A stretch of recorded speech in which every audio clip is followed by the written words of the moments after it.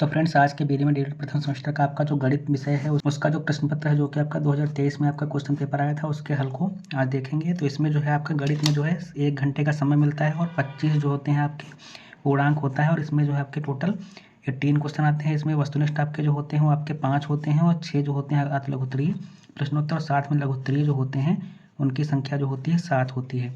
और इसमें 25 में से जो है आपको 12 नंबर जो है लाने होते हैं पास होने के लिए। तो सबसे पहले क्वेश्चन जो है आपके वस्तुनिष्ठ प्रश्नों को देख लेते हैं। सबसे पहला क्वेश्चन है कि 3/4 के योज्य प्रतिलोम का गुणात्मक प्रतिलोम क्या होगा। तो 3/4 जो है आपकी संख्या, इसका जो योज्य प्रतिलोम होगा है ना, तो वो आपका हो जाएगा माइनस का 3/4। अब इसका कहा है कि इसका जो है गुणात्मक प्रतिलोम क्या होगा। तो माइनस का 3/4 का गुणात्मक प्रतिलोम जो होगा वो आपका रिवर्स हो जाएगा, यानी कि माइनस का 4/3 हो जाएगा। तो इसका ऑप्शन ये वाला सही हो जाएगा। इसी प्रकार से नेक्स्ट आपका क्वेश्चन दिया गया है कि यदि किसी संख्या के 60% में 32 जोड़ने पर जो संख्या प्राप्त होती है वह संख्या क्या होगी। तो मान लेते हैं कोई संख्या जो है आपकी यक्स है ना। तो यक्स का जो है, यक्स के 60% में, तो एक्स के जो है 60% में जो है 32 जोड़ने पर जो है वो संख्या प्राप्त हो जाएगी, यानी कि एक्स जो है प्राप्त हो जाएगी आपको, है ना। इसको सॉल्व कर लेंगे तो यक्स गुणे 60/100 इस प्रकार से प्लस 32 बराबर आपका यक्स हो जाएगा। ये संख्या जो है प्राप्त हो जाएगी, है ना।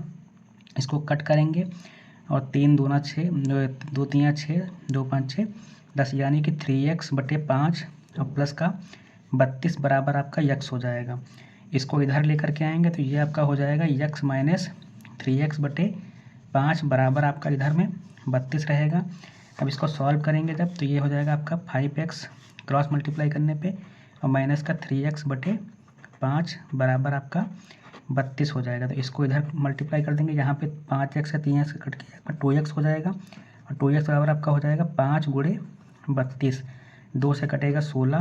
तो x इक्वल टू आपका जो है 16 गुणे 5, यानी कि 80 जो है वो संख्या हो जाएगी। तो ऑप्शन आपका ये वाला सही हो जाएगा। तो आपको इसमें ऑप्शन ही जो है लगाने होते हैं। इस प्रकार से नेक्स्ट आपका क्वेश्चन है कि 455 में पहले 5 और दूसरे 5 के स्थानीय मान के अंतर एवं योगफल का गुणनफल क्या होगा। तो 455 जो है आपका, इसमें जो है पहले 5 का, तो पहले 5 का जो है स्थानीय मान आपका 5 ही हो जाएगा, है ना। और दूसरे 5 का स्थानीय मान जो है आपका वो 50 हो जाएगा, है ना। स्थानीय मान जो है ये हो जाएंगे इस प्रकार से, ठीक है। तो अब इसका अंतर देखना है, तो इसका अंतर जो है क्या हो जाएगा, तो 50 माइनस का 5 यानी कि 45 इसका अंतर आने वाला है। तो कहा है कि स्थानीय मान के अंतर एवं योगफल, और इसका योगफल क्या होगा, तो योगफल आपका जो है वो हो जाएगा 50 और प्लस 5 यानी कि 55 हो जाएगा। तो ये 55 और 45 जो है इनको ज्ञात हुआ है। तो इसका कहा गुणनफल क्या होगा, तो गुणनफल इनका जो है हो जाएगा आपका 45 और गुणे 55। अब इसको सॉल्व कर लेंगे आप इस तरह से, 45 का जो है 55 से गुणा करते हैं तो 5, यानी कि आपका 2475 जो है इसका आंसर आ जाएगा। तो यानी कि आपका जो सा वाला ऑप्शन है ये सही हो जाएगा इसमें। इसी प्रकार से नेक्स्ट है कि संख्या 0 का रोमन अंक क्या होगा। तो इनमें से कोई नहीं होगा, क्योंकि जो है आपका रोमन में 0 का जो है कोई भी सिंबल नहीं होता है, क्योंकि रोमन जो संख्याएं होती हैं वो आपकी 1 से शुरू होती हैं। इसी प्रकार से नेक्स्ट आपका दिया गया है कि 25 + 3/100 + 4/100 का मान क्या होगा। तो इसको सॉल्व करेंगे इस प्रकार से, तो आपका 25 आ जाएगा ये, और प्लस कहा है 3/100 + 4/100। तो 100 जो है इसमें अगर है तो इसको जो है दशमलव में इसको चेंज कर लेंगे। तो इस प्रकार से आपका हो जाएगा 25 और प्लस 0.03 हो जाएगा। जब यहाँ इसके नीचे जो होता है 1 आता है और जितने 0 होंगे तो वो इस तरह से आप लगा देंगे। इसी प्रकार से जो है आपका ये हो जाएगा 0.004 हो जाएगा, है ना। अब इसको जो है जोड़ लेंगे। तो इसको जोड़ने के लिए क्या करेंगे, आप इधर इस तरह से पॉइंट लगा करके 0 इसमें भी लगा दीजिए, इसके नीचे लगाएंगे 0.03 और 0.00, 2 0 के बाद में 4 है। तो इसको सॉल्व करेंगे तो ये 4 हो जाएगा, यहाँ पे 3, यहाँ पे 0 और ये आपके 25, यानी कि इसका सलूशन हो जाएगा 25.034। तो ये किस में ऑप्शन सही है, तो ये वाला ऑप्शन इसमें जो है सही हो जाएगा। जो है तो लघुत्तरीय प्रश्नोत्तर देखते हैं, जिसमें कहा है कि 20/3 मीटर लंबी रस्सी में से 5/8 मीटर काटा गया है। तो यानी कि 20 सही 2/3 जो है मीटर रस्सी लंबी है। इसको जो है सॉल्व करेंगे तो इसका इससे गुणा होता है और ये वाला जो ऊपर जो होता है वो जुड़ जाता है। तो ये हो जाएगा आपका, इसको इस तरह भी लिख सकते हैं 20 + 2/3, इसको क्रॉस मल्टीप्लाई करेंगे तो ये हो जाएगा आपका 60 + 2/3 यानी कि 62/3 हो जाएगा। अब इसमें से जो है आपकी 5 सही 1/8 यानी कि 5 + 1/8 यानी कि 8 पंचे 40 हो जाएगा, और प्लस 1/8 यानी कि 41/8 जो है इस भाग को जो है काट दिया गया है। तो यानी कि इसमें से काटा गया है तो ये आपका घट जाएगा, यानी कि इसमें 62/3 से जो है आपका वो माइनस का 41/8 घटा देंगे तो हमें जो शेष रस्सी की लंबाई जो है ज्ञात हो जाएगी। तो इसको सॉल्व कर लेंगे इस प्रकार से।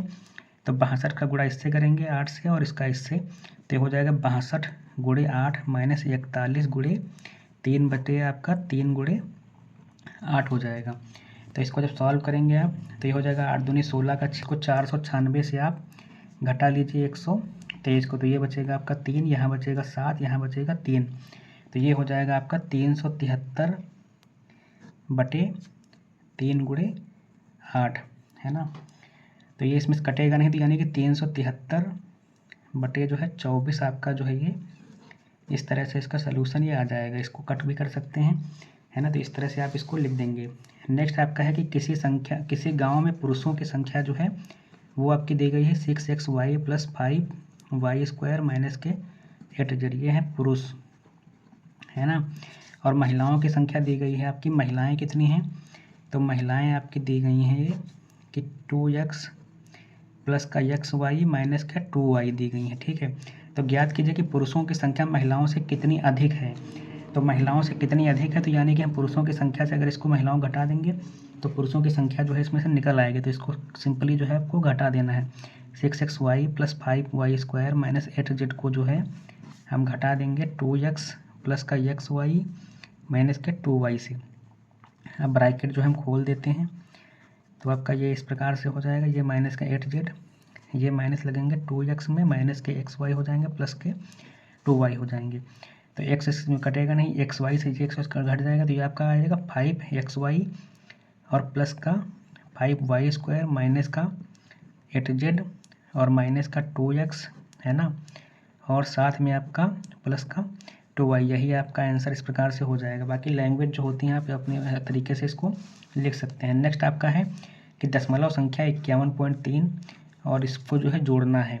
सबसे पहले लिख लेंगे 51.3, फिर आपका दिया गया है, या फिर सबसे पहले जो बड़ी संख्याएं दी गई हैं उनको हम सबसे ऊपर लिख लेते हैं इस प्रकार से। देखिए ये बड़ी सबसे दी गई है, तो ये आपका है 3 जीरो के बाद 1, फिर दशमलव लगाकर 1 2 3 जीरो इस प्रकार से हो गए। उसके बाद ये दिया गया है 0 0 1 और 5, फिर पॉइंट में 0 0 3 हो गया।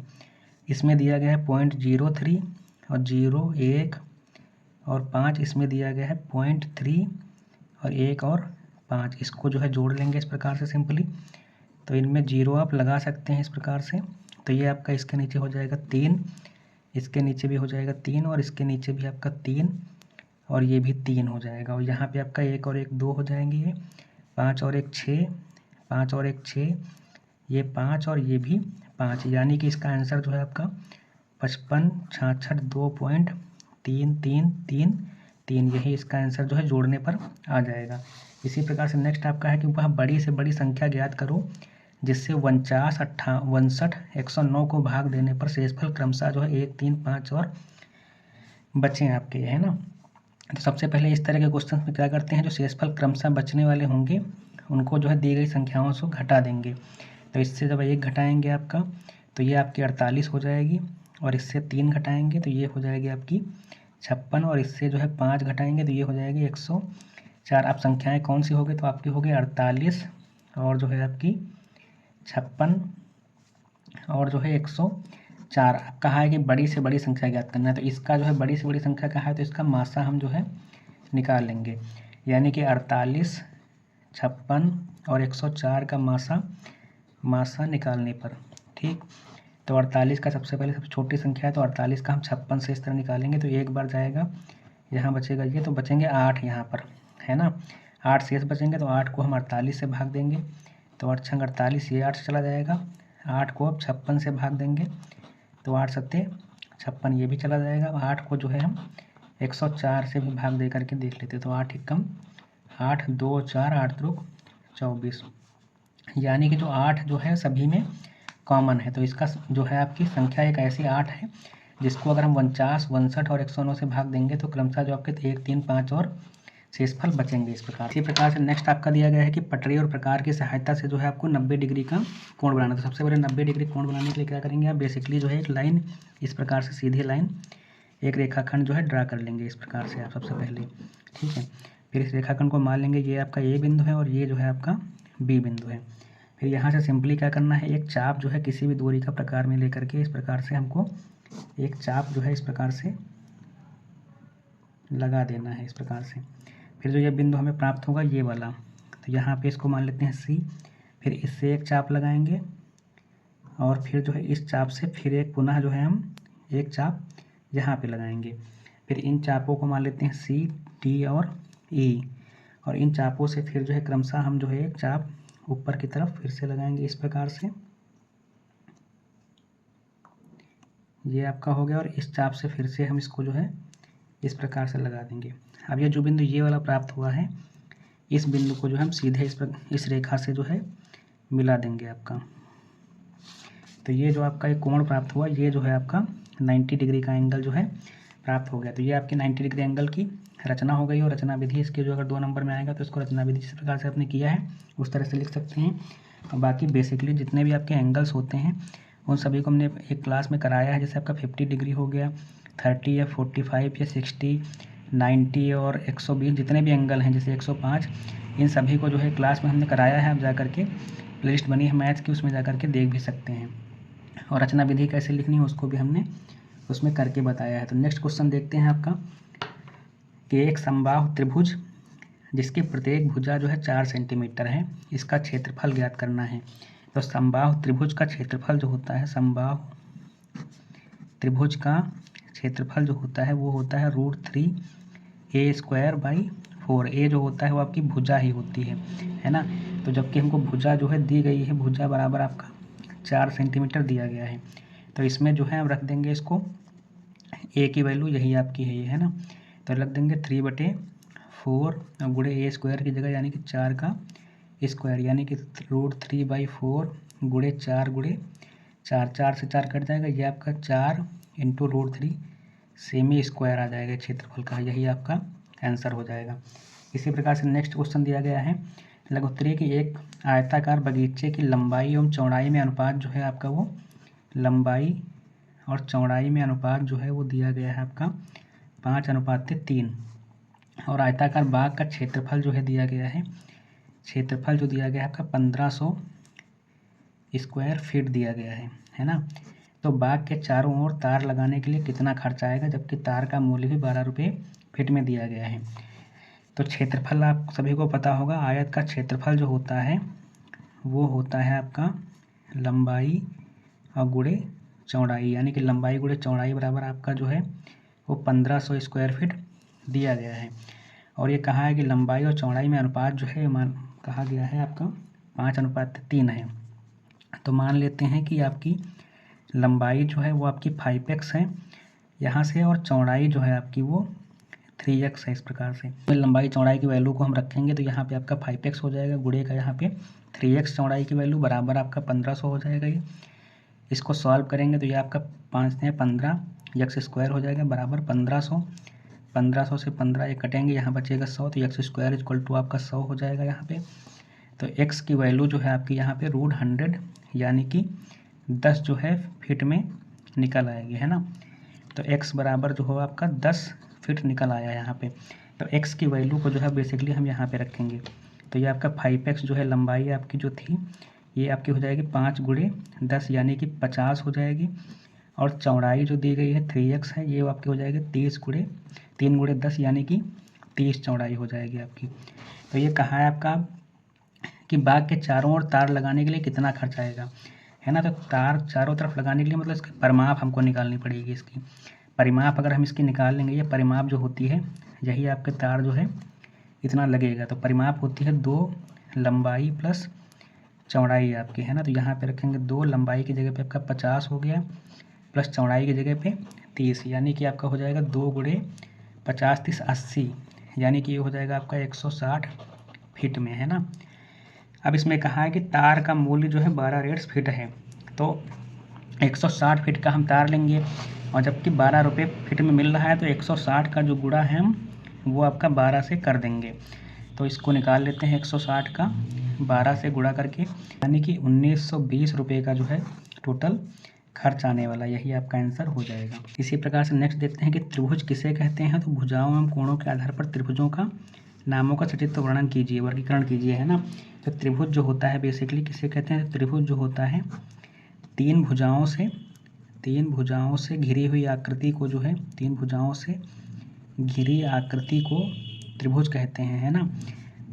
आकृति को त्रिभुज कहते हैं, इस प्रकार से आप लिख सकते हैं। इन चीज़ों को हमने अपनी क्लास में कराया है, प्लेलिस्ट में जा करके आप उसको भी देख सकते हैं। एकदम बेसिक से हमने पूरे फैक्ट के साथ में इन चीज़ों को वर्गीकरण किया है। तो वीडियो देखने के लिए आप उस वीडियो को हमारे देख लीजिएगा। बाकी आपका त्रिभुज का वर्गीकरण जो है आपका दो आधार पर किया गया है, एक कोणों के आधार पर और एक जो होता है वो भुजाओं के आधार पर, ठीक है। तो कोणों के आधार पर जो है तीन प्रकार के होते हैं। एक होता है न्यून कोणीय त्रिभुज, है ना, एक होता है समकोणीय और एक होता है अधिक कोणीय। ये हो गए कोणों के आधार पर, है ना। तो न्यून कोण कैसे बनेगा। तो न्यून कोण जो होता है ऐसे इस प्रकार से बनेगा, ठीक है, जिसमें जो है आपके सारे कोण जो होंगे वो न्यून कोण यानी कि 90 डिग्री से कम होंगे, ये आप लिख देंगे। समकोण में जो होता है एक कोण जो होता है 90 डिग्री का होता है। अधिक कोण में जो होगा एक कोण इस प्रकार से अधिक कोण होगा, यानी कि 90 डिग्री से अधिक होगा ये। इसी प्रकार से भुजाओं के आधार पर बांटा गया है आपका, एक होता है समबाहु त्रिभुज, ठीक है, एक होता है समद्विबाहु त्रिभुज, समद्विबाहु त्रिभुज, और तीसरा आपका जो होता है वो होता है विषमबाहु त्रिभुज। तो समबाहु में क्या होता है कि सारी भुजाएं जो होंगी आपकी ये और ये सब बराबर होती हैं। विषम और समद्विबाहु में क्या होगा, दो भुजाएं बराबर होंगी, दो भुजाएं बराबर होंगी। विषमबाहु में जो होंगी कोई भी भुजा जो है बराबर नहीं होती। इस प्रकार से आप इसको जो है चित्र के साथ में वर्णन कर दीजिएगा। नेक्स्ट आपका है कि रचित अपनी मासिक आय का 80% खर्च करके 120 रुपये बचाता है, तो उसकी वार्षिक आय एवं खर्च ज्ञात कीजिए, है ना। तो ये मासिक आय का जो है 80% जो है ये खर्च कर देता है, तो बचाता कितना है, तो यानी कि 20% जो है बचाता है, और 20% आपका दिया गया है 120 रुपये। तो 20% बराबर आपका दिया गया है 120 रुपये, है ना। तो मान लेते हैं कोई संख्या होगी उसका 20% जो है 120 है, तो मान लेते हैं यक्स जो है इसकी आय है, माना यक्स जो है आय बराबर यक्स है, तो एक्स का 20% जो है आपका 20/100 जो है वो आपके 120 के बराबर है ना। तो इसको आप सॉल्व करेंगे तो ये आपका इधर जाएगा तो हो जाएगा यक्स बराबर 120 गुणे 10/2, ये हो जाएगा यहाँ पे 60, तो ये हो जाएगा आपका 60 गुणे 10 यानी कि 600 रुपये, मतलब जो है इसकी मासिक आय है। तो मासिक आय इसकी निकल आई, मासिक आय 600 रेट से, है ना, 600 रेट से। तो वार्षिक आय निकालना है, तो मासिक आय यानी कि एक महीने की 600 है, तो 12 महीने का 600 से गुणा करेंगे तो वार्षिक निकल आएगी। तो वर्षंग 7200, यानी कि इसकी 7200 जो है वो आपकी वार्षिक आय हो गई, है ना, ये आपका हो गया। और खर्च ज्ञात करना है, तो खर्च यानी कि जो है 80% खर्च कर दे रहा है, 120 बचा रहा है ना ये, तो खर्च इसने 7200 का 80% अगर निकाल देंगे तो ये आपका इतना खर्च कर देता है। तो 80% यानी कि ये 0 से 0 और ये 0 से कट जाएगा, अब बचेगा 720 गुणे 8, यानी कि 0 से गुणा 8, 8 दूनी 16 का 6, 8 सत्ते 56, 5760 रुपये जो है ये आपका खर्च कर देता है। ये आपका खर्च इस तरह से निकाल देंगे। इसी प्रकार से नेक्स्ट क्वेश्चन है कि रमेश के बगीचे में विभिन्न प्रकार के फूलों के पौधे लगाए गए हैं, नीचे दी गई सारणी में इन पौधों की संख्या दी गई है, इन्हें पिक्टोग्राफ पर प्रदर्शित कीजिए। पिक्टोग्राफ यानी कि जो चित्र के माध्यम से जो है हमें प्रदर्शित करना है। तो सबसे पहले इस प्रकार से हम एक लाइन खींच लेंगे, ठीक है, इस प्रकार से आप पटरी की सहायता से इसको ड्रा कर लीजिएगा, ठीक है। तो इसमें जो है आपके ये हो जाएगा, मान लीजिए ये आपके फूल हो जाएंगे और ये जो है इनकी संख्या के आधार पर, तो यहाँ पे मान लेते हैं गेंदा का फूल है, ये जूही का आ गया, यहाँ पे ये चमेली का आ गया और रजनीगंधा आ गया ये, और एक बचा आपका गुलाब का फूल आ गया ये, ठीक। तो इसमें बेसिकली करना ये होता है पिक्टोग्राफ में कि कोई भी इनमें फैक्टर जो कॉमन हो, मान लीजिए इसमें जो 5 कॉमन है, देखिए, है ना। तो मान लेते हैं कि जो आपका ये इस प्रकार से फूल कोई है, मान लीजिए ये, ठीक है, ये फूल मान लेते हैं, ये आपके 5 के बराबर है, तो यानी कि 5 यहाँ पे 25 है, तो यहाँ पे ये 5 फूल बनेंगे। यहाँ पे 10 है तो 5 दूनी 10 यानी कि 2 फूल बनेंगे।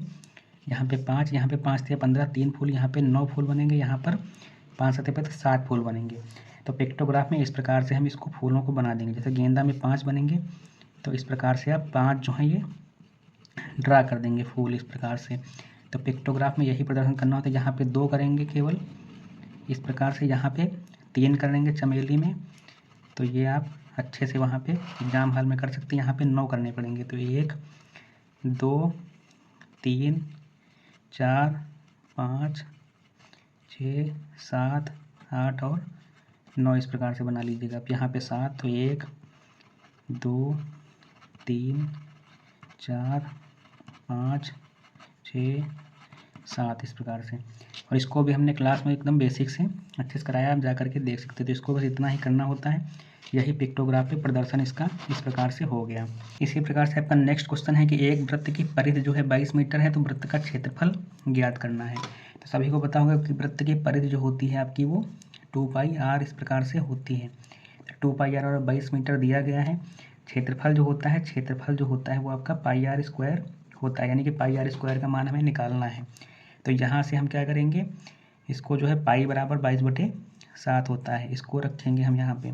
तो 2 गुणे, तो आपका 2 गुणे 22/7 और गुणे r बराबर 22 हो जाएगा। तो 22 से 22 कट जाएगा, तो r बराबर निकल आएगा 7/2।